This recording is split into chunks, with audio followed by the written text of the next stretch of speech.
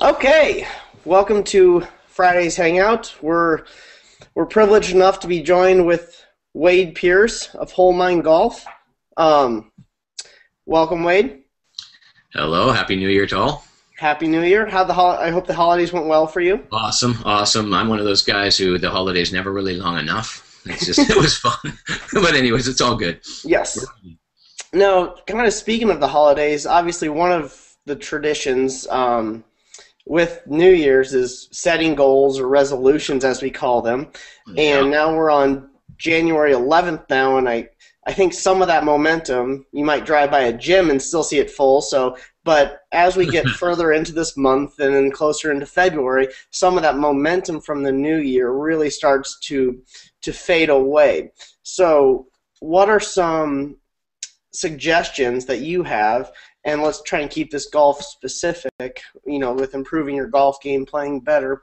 What are some suggestions that you have from a mentality standpoint to really stay focused and driven on achieving those goals and resolutions? This is it's funny how we always tend to do this in New Year's. I don't know where it came from, but the New Year's resolution was born, and it became this brand, and everyone's going to, all of a sudden, crank it up. And I think that's one of the myths, that there's a specific time of the year that everyone collectively decides for some bizarre reason that this is the time we're going to all get focused. It's a brand new year. So there's this collective buzz that gives some people a false juice, I would put it. They're using it as a bit of leverage because the topic's trendy.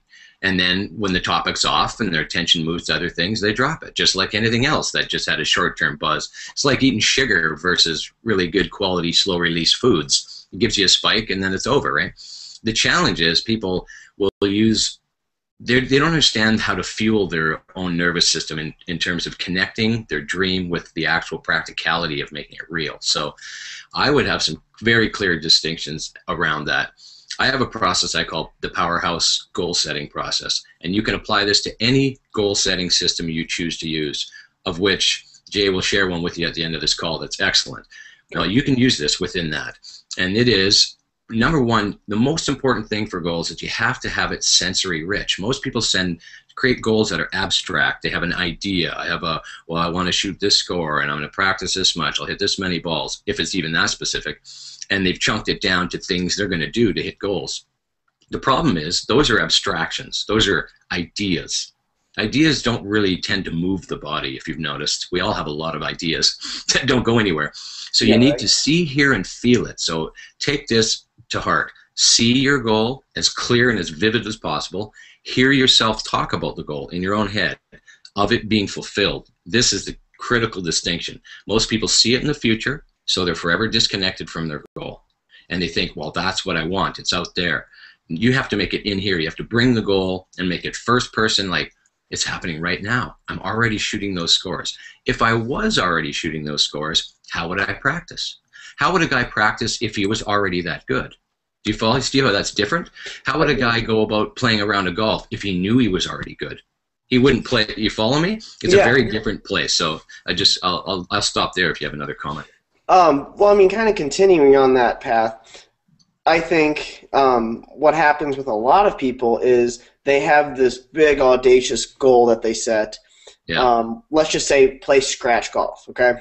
They want to play scratch golf, and in their minds they may already be scratch golfers, but they don't necessarily know the process of becoming a scratch golfer. Okay, that requires a gym commitment. That requires playing rounds on courses and becoming comfortable with the distances for each club and the elements and going to the range and all these commitments. The process of really becoming a scratch golfer or shooting a certain score. What what can they do so that they don't get discouraged during the process? Because you can't just wake up one morning and say, I'm going to be a scratch golfer. Yeah. There is a process, and there's going to be some positive things and some negative things on this process. So what can they do to be persistent in this process even when things don't go according to their plan? Now, what you said is very accurate. You know, there's a classic saying everyone's heard probably 1,000 times: "How do you eat an elephant? One bite at a time." Because it's such a big thing that if it's not chunked down, it will forever be indigestible. It's a lot like our big dream goals, right? Yeah. So we want to chunk them down. For example, I'm going to the range and I'm going to hit, I'll say it's 100 balls. I'm going to have a strategy. I'm going to break that down into little pockets, and I'm going to have successes. So here's the key to directly to your question. If we don't have many successes along the way, I mean hundreds of mini successes, and we only have one big goal, and we only feel a success once the goal is achieved, we never have any positive momentum to connect right now to the big goal. So it'll shut down. Bottom line is you're going to get discouraged and quit, or some of you who are disciplined enough will just plow right through that dissatisfaction and create it. But generally speaking, most people are going to stop because they lost the momentum. So you want to break down things into small pieces. For example, at the range, you say, if I can hit 5 draws today, and usually I only hit 2, well, that's great. That's a good win toward your goal, towards maybe a shot shape. Now, maybe it's not a shot shape. Maybe it's a distance. Maybe it's a trajectory, because all those things lead to experiences on the golf course. So they're tiny, doable, measurable, but most importantly is you get an emotional win constantly. And of course, this is a very short-term chat to cover such a big topic, but yeah, you could take that process and apply it to every aspect of your goals, whether it's how many times you're going to practice, how much time chipping. Break it down into an emotional win by doing maybe a little bit more than you did last time. If it's 3 good chips, next time it's 4. And you have to feel that as a success, not just, I'm a 16 handicap and I want to be an 8 and I'm not going to be happy until then, which is how most people play golf, by the way. They're never happy because they don't have a small series of wins along the way to connect to the long-term goal.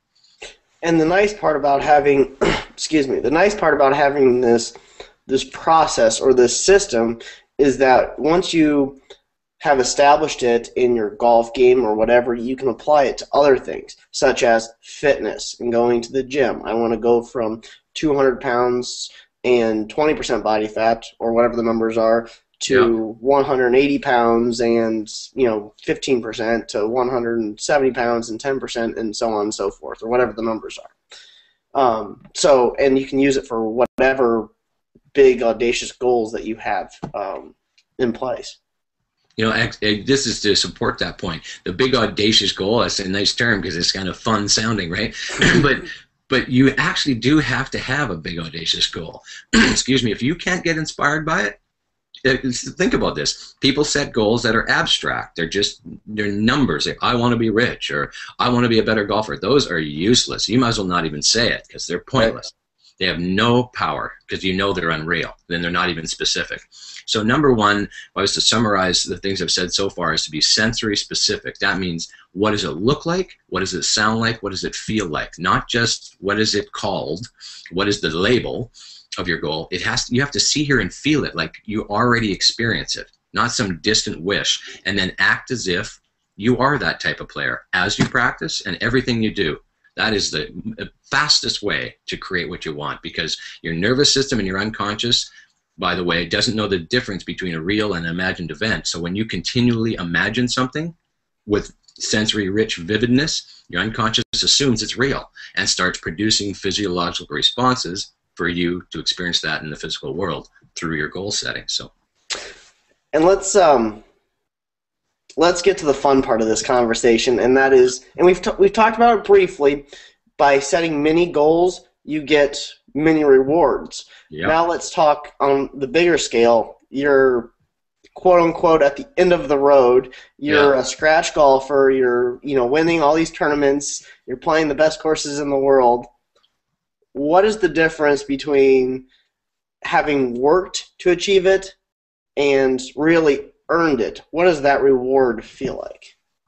I think that's a fascinating thing, because that's just a huge conversation. Obviously, when we really earn something, we feel we strived for effort to actually create an outcome. It's a sense of fulfillment beyond most things, because you exerted, you had to discipline, you had to sacrifice some other things. If you're going to achieve like massive goals in golf, you know how challenging it is. You don't just say, I'm a 16 handicap, I want to be an 8, and it magically appears. You're going to be doing a lot of practicing. And even more from a 4 to a scratch. You think it's work to get from 16 to 8, try taking those last few strokes off, because at that point it feels like you're towing a train. You know, it's challenging. So yeah, you just want to feel that sense of reward through consistently approaching your goal in small chunks. Here's the summary. If you constantly have a big chunk goal and you never break it down, you won't create the small wins that give you the reward along the way. So you will find ways to quit. You'll say, well, that movie's on, I can practice tomorrow. That's what we do. We start making rationalizations for not doing our goal because it's easier, or put it this way, it's more emotionally connecting to do the thing that's fun in the moment. We're less emotionally connected to our goal. That's why people don't achieve what they set out. They haven't broken it down, they don't have small wins, and they don't know what it's going to feel like at the end. If you can imagine what it'll feel like, that's the juice to keep you going. If you can't get that feeling, you need to work on that and spend some time right there before you start. I remember so many years back when there was a big monkey on Phil Mickelson's back for not winning a major. Yeah. And this can go with any player not winning a major. Yeah. It can go with, you know, the coach that is so close to winning the championship game or tournament or whatever, and you can just see that gratification, maybe even a little relief, because it's like the first one's off, the pressure's kind of off type of deal. But right when they make that final putt on the final round at on the 18th hole, you can just see them just bursting out with joy. Yeah. It's really quite a thing, because you can almost, as a spectator, you can almost empathize with them, knowing that any goals that you've achieved and worked your butt off to achieve, and you know, for them it's winning the Masters, the Open, and so on. For you guys, it could be whatever else it may be.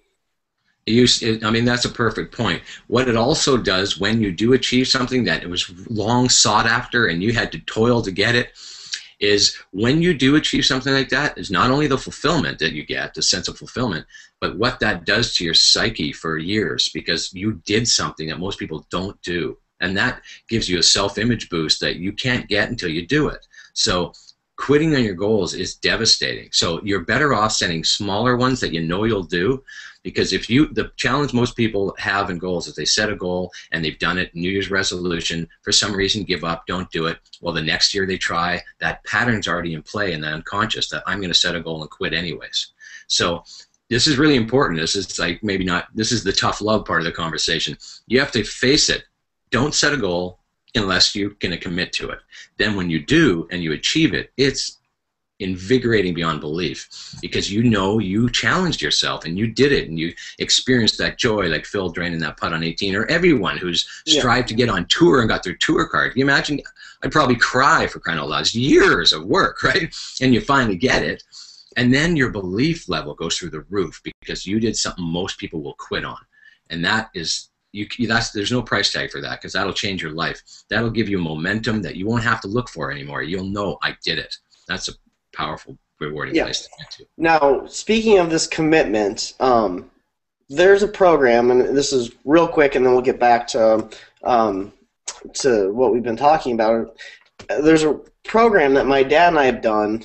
It's the Goals Guy. It's a 100-day commitment, and what it is you have a contract, but you sign it yourself. And if you think about that, what it does from a mentality standpoint, you are making a contract with yourself. This is a binding contract, right? Nice. So it's something that each day, and you post it up on wherever you see it on a day. It could be in your office, your bedroom, wherever. And each day, and it's pretty much what are the 10 things that you want to accomplish. It can be relationship, personal, professional, whatever. Anyway, I just thought that was a really cool program. It's worked wonders for my dad and myself, both on a professional and a personal level. But anyway, if anyone, excellent. I can certainly pass on that. I can pass on the details to you and whoever else wants it. I'm sure you probably have a program that also works to achieve goals. Absolutely, yeah. It's within my Whole Mind Golf mental game training course. The section is called Powerhouse Goal Setting, and I go into detail of some of the things I've spoke with on today to teach you how to set smaller goals, which, in keeping with that, what I found one of the best goals in terms of handicap stuff and better performance on the course was, and most people are aware of this, but they really maybe haven't looked at it enough, excuse me, is fairways, greens, sand saves, up and downs. I don't care if you're 20 handicap. You should keep track of that. You will progress so fast when you do that. As soon as I started doing it, I think I was a 26 handicap. I basically, the ball was barely getting airborne. It was airborne, but wasn't very high. And I said, who cares? How many fairways did I hit? I said, well, that's what pros do. Well, I want to model them. I'm not going to do what someone a 26 handicapper is going to do. I want to do what a pro is going to do. Yeah. So I used that, and then fairways, greens, sand saves, up and downs, putts per round, total putts per round, and then I got more detailed, and I go, wow, if I could just knock 2 putts off a round, I'd be like a 6. And that's all I focused on. I became a better putter, and it worked. And that's almost more valuable. So, you start your round on your scorecard. Instead of writing, I got a 4 or 5 or 6 on the first hole, second hole, it's almost more valuable to put GIR, putts. Absolutely. And that way it's like, well, you can add up your score based on that at the very bottom if you really want to. But it's like, okay, if you have 3 putts on a green, let's find a way. There's no way you're getting a par. And that's exactly right. But the beauty is this is so accurate. Like, it's not fantasy land. So I was really good at up and downs of the sand, say 2 years ago. I changed wedges, and now I looked at my stats, and they got worse. I look back, and I go, my bunker play suffered. I wasn't as close to the hole. I wasn't getting up and down. That's a stroke around, let's say. Well, that's a stroke. Now, in the up and down of wedge shots, it had too much bounce. It was too heavy for me, but I wasted a season with it, and I couldn't chip as close to the hole. So I was not, those putts were longer. So now we're talking 2-3 strokes around. I'm not a worse player. The technique felt good, but the tool was wrong. And it's not saying I blame it on the tool. I'll take some responsibility. But sometimes the club is just wrong. I mean, the weighting is wrong. The bounce is wrong for your environment. So it's useful to know if you're a better player to pay attention to your tools, because if they're off, they're off. The lies, even simple things like that. But fairways, greens, sand saves, up and downs, putts per round, total putts per round, you get a night and day look at your performance, and you can look at the one area, you go, right there, I got worse in those 2 areas, and my handicap went up. Simple. Then you know what to focus on, right?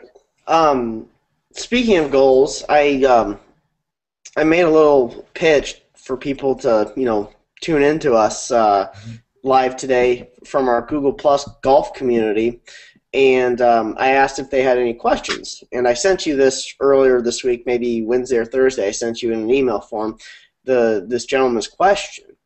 And this kind of goes along with being a high handicapper, getting down to a low handicap status, and the goal. Now, this particular question was, he can start out playing like a 2 and handicap, and then by hole 3 he's a 20, and then he's pretty inconsistent throughout the round. Some holes he's phenomenal, other holes he's not so good, and then he's back to good, and so on. And so he's looking for a process, keeping on this theme of process and goal setting. He's looking for a process to maintain a consistent level. Let's just keep it at the 2 handicap level, because that's what he mentioned. What are some tips that you can help him, or you can provide him, for achieving that consistent golf? Well, that's a huge conversation. I do private coaching, and this would literally be a private session. This is full on, because I know that I'm hearing several things going on. Usually, more often than not, it's a focus issue at that level. Your focus is just not where it needs to be, and when it moves off of where you're a good player, you're losing some connection to your skills, and then you're making bad decisions, and it starts snowballing the wrong direction. So you could literally go from guys shoot 74 to 84 in the same round and wonder who's swinging the club, and it's small. At your level, whoever this question is directed to, anyone at that level, it's usually so small, it's scary, the shift. So it's a focus issue. If I was trying to find something now that give you quick, it would be, you're going to pay attention to when you are playing well. I'm a huge believer in modeling excellence. I don't believe in staring at problems and trying to analyze them. I like looking at successes. So you are a good player, clearly. It's a 2. I mean, less than 1% of the planet ever get there. So you're in a small community. So I would look at what I'm doing well when I'm doing it. Because right now this is an issue for you, so you need to go for a couple rounds and focus. When you're playing well, just notice that feeling, the feeling in your body, and then notice the feeling when you're not playing well, and get a very good distinction between the two. I know you know it, so if you're watching this, I know you're going to know that feeling difference. Then I'm going to ask you to, next time you play, is pay attention to that feeling when you go into your pre-shot routine. Do not make a swing until you're able to get into that feeling. If you can't find that feeling, don't swing. Back off, take a look at the shot. This is the shot I want to hit, and 100% commitment to that club selection. So those are the two things. Find the feeling, only address the ball when you've got that feeling, and then when you pick a club, whatever your decision on that shot is, it's 100% commitment. I don't care if you shank it after that. I really don't. It doesn't matter. You need to be sold that if it's a 7-iron, it's a 7-iron, and melt it. You know, hit it like it is the 7-iron. Just do those two things. I mean, again, I'm summarizing a big conversation for the point of this, but if I was working with you more directly, I'd do much more than this. But try that. I think you'll have some success.